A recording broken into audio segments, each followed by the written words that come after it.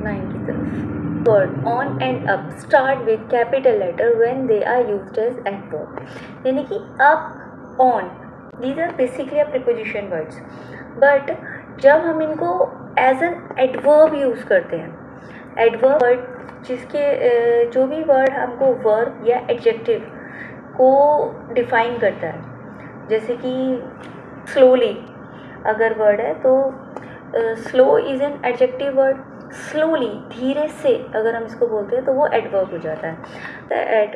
In the coming videos हम adverb को पूरा डिटेल में डिस्कस करेंगे। तो जो भी एडवर्ब वर्ड्स होते हैं जैसे कि मूविंग अप, जब हम इसको एज अ एडवर्ब यूज़ करेंगे तो जो इसका फर्स्ट लेटर होगा वो कैपिटल लेटर होगा, जैसे कि मूविंग अप, आगे की तरफ को बढ़ना, इज लिमिटेड फॉर्म।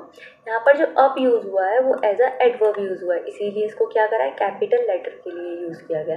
लेकिन जब हम अप वर्ड को एज एन प्रीपोजिशन ही यूज़ करेंगे तो ये लोअर केस में यूज़ होगा, जैसे कि यहाँ पर है क्लाइंबिंग अप द लेडर, सीढ़ियों पर चढ़ रहा। यहाँ पर जो अप है वो एज अ प्रीपोजिशन यूज़ हुआ है, एज अ एडवर्ब यूज़ नहीं हुआ है।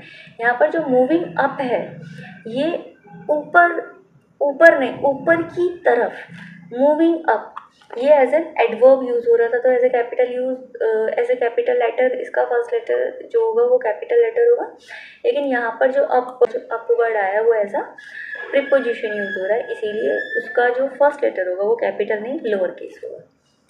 आई होप अगर आप कोई भी क्वेश्चन या फिर कोई भी क्वेरी आती है रिगार्डिंग द क्लास, अगर आप यहाँ तक देख रहे हैं तो थैंक यू वेरी मच। अगर आप कोई भी क्वेरी आती है then please write in the comment, और मैं पूरी कोशिश करूँगी कि मैं आपकी जो भी क्वेरी उसको